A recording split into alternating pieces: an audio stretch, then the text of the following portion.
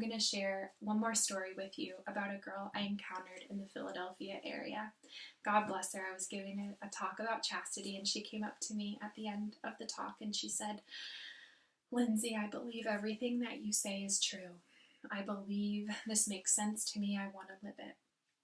But what happens if someday I commit to living out virtue and I never meet the right guy?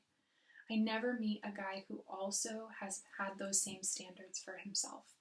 Or I meet him and then we get divorced. Or I meet him and he cheats on me." Deep down, this girl wanted to be loved authentically. I could hear the desire of her heart in this question, but she was afraid because of the hurts she's experienced in her own life, the hurts of other people, and she also didn't believe that real love was possible for her. The Catechism of the Catholic Church defines sin and talks about sin by saying this, quote, "Man tempted by the devil let his trust in his Creator die in his heart, and abusing his freedom disobeyed God's command. This is what man's first sin consisted of." Again, man tempted by the devil let his trust in his Creator die in his heart, and abusing his freedom disobeyed God's command.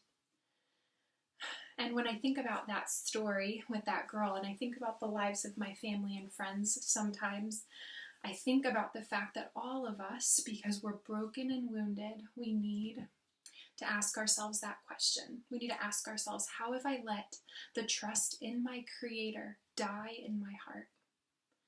And in what ways do I need to open those trust issues to God?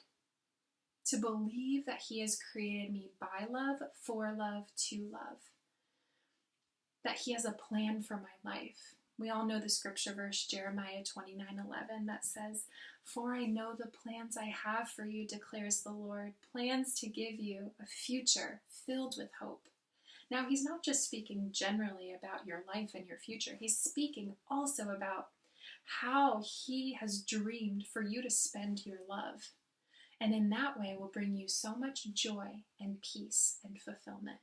"For I know the plans I have for you, declares the Lord." Let that be the verse you take with you after this short talk.